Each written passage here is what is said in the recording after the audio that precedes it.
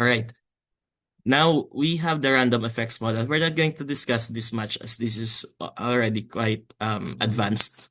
Um, it is a statistical model that incorporates random effects or variability arising from factors that are not of primary interest but are included in the analysis. So meaning that there could be some blocking, there could be some confounding, and the random effects account for variability due to grouping or clustering within the data. And let's just imagine a random effects model could be something like recipe with different chefs. Imagine you're testing a recipe, like a soup recipe, but instead of focusing on specific chefs like Chef Gordon and Chef Jamie, you're more interested in the variability among the chefs in general. All right, so I let's just imagine that analogy. All right.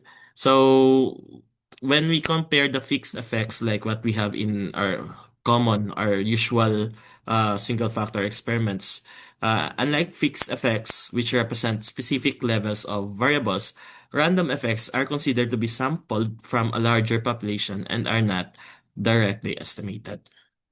Okay, so there's no specific levels of variables in random effects. Okay, and okay, here's another illustration. So it's something like this. When we say the field effects model, only one true effect differences among study caused by chance alone, corrected with the population size. Okay, while when we say random effects model, we have more than one true effects. Increasing the sample size could not correct.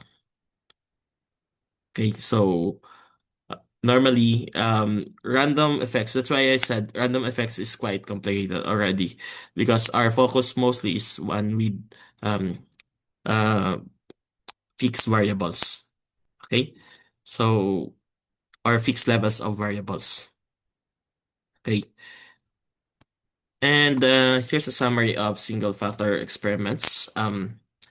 Random effects can be a single factor experiment if we are dealing with one factor only.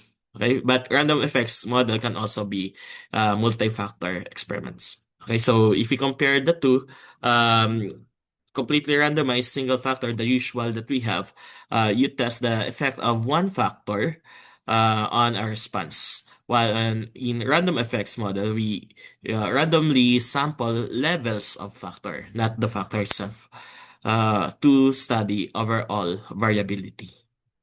Okay, we are not concerned with the factor, whether that is a factor or not. We are concerned with the variability or the different levels of such factor, right? So kindly, or you can take a screenshot in 3, 2, 1, and I guess that would be all for this part.